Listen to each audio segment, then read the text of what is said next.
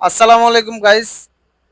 আমরা কালকে বিকাল 4টা বাজে গাড়ি ছাড়ছি চাপাই থেকে কক্সবাজার উদ্দেশ্যে। তো এখন বাজে 8টা 42। এখনো চট্টগ্রাম পার হয়ে কেবল নতুন ব্রিজের কাছাকাছি। তো এখানেও প্রায় 2 কিলোমিটারের মতো জ্যাম। তো জিল্লু, কয় ঘন্টা লাগলো ভাই এই পর্যন্ত? 17 ঘন্টা, একটানা 17 ঘন্টা জার্নি করে এখনো নতুন ব্রিজের আগে। কক্সবাজার যাইতে কয় ঘন্টা লাগবে?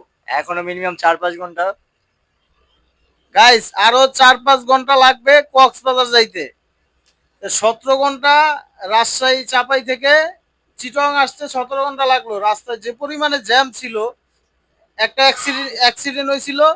ওই জায়গায় প্রায় 2 থেকে আড়াই ঘন্টা এক জায়গায় বসা ছিলাম। তারপর জ্যামটা ছাড়ার পরে অনেক মানে গাদানো গাড়ি ছিল, জায়গায় জায়গায় জ্যাম। তো এটা পার হওয়ার পরে আস্তে আস্তে এত সময় লাগিয়ে গেল। তো আপনারা দোয়া করেন যাতে সহি সালামতে যাই পৌঁছাইতে পারি ইনশাল্লাহ। সালাম আলাইকুম।